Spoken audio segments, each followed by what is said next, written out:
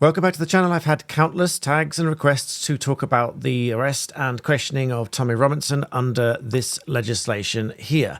Now, I don't know all of the details behind it, and even if I did know, it would probably be inappropriate for me to talk about it for obvious reasons. But what I can do is talk about the legislation and a lot of the questions around whether or not there is a right to silence, as there is ordinarily under British criminal law.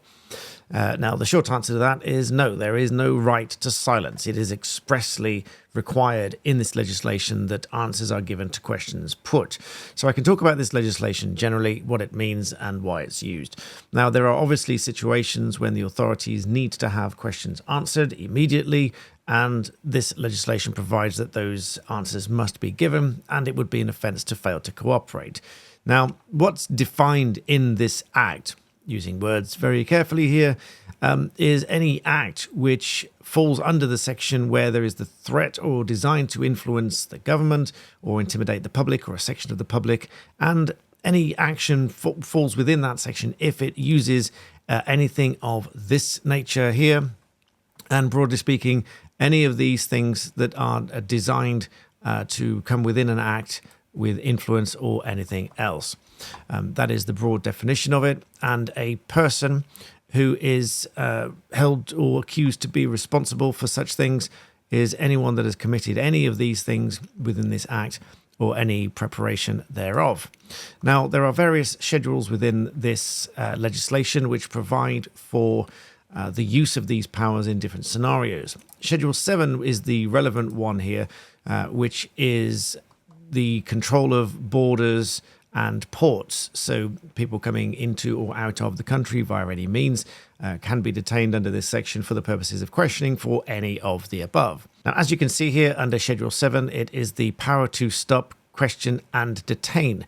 An examining officer may question a person to whom this paragraph applies for the purpose of determining whether they appear to be a person falling within subsection 41B. Subsection 41B is as we described just here. Someone who is either concerned in the commission, preparation or instigation of these acts. And so an examining officer can question anybody that they believe may fall within this sort of person committing any of or being involved in these kind of acts. And it is down here at subsection 5 that provides that you must answer those questions. So a person who is questioned under paragraph 2 or 3 must give the examining officer any information in his possession which the officer requests, give the examining officer on request valid passport, including photographs, etc., declare whether they have with them documents of any kind specified by the examining officer, give the examining officer on request any document which he has with him with any kind specified by the officer. But there is an interesting distinction here under subsection 5A, which is that an answer or information given orally by a person in response to the questions asked under this section may not be used in evidence against the person in criminal proceedings. However, obviously there are caveats that does not apply in the case of proceedings for an offence under paragraph 18 of this schedule, or on prosecution for perjury or prosecution from some other offence wherein giving evidence the person makes a statement inconsistent with the answer given in the information given above. And now this is the section that lots of people will be concerned with, because there are offences under this section, and a person commits an offence if he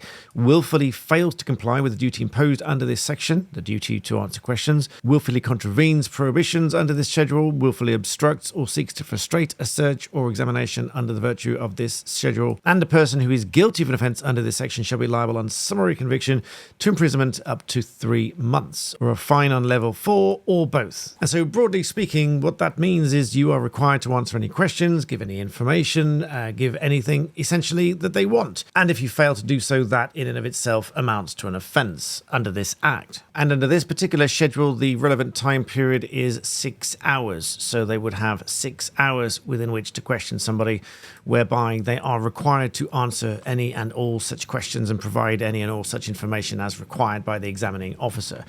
So that is it in a nutshell, this legislation. And so, as I said, I don't know all of the specifics, and if I did, it would probably be inappropriate to disseminate them online. But what I can say is that there is a lot of speculation going on at the moment, I would urge against speculation, and I would even urge against certain discussion thereof, because it may be incorrect and it may be disseminating and encouraging further speculation, which is probably not in your best interests. Because, as I said, this is a powerful piece of legislation. It is not without its criticism, but there are also those who believe that it is necessary from time to time to execute the powers under this legislation.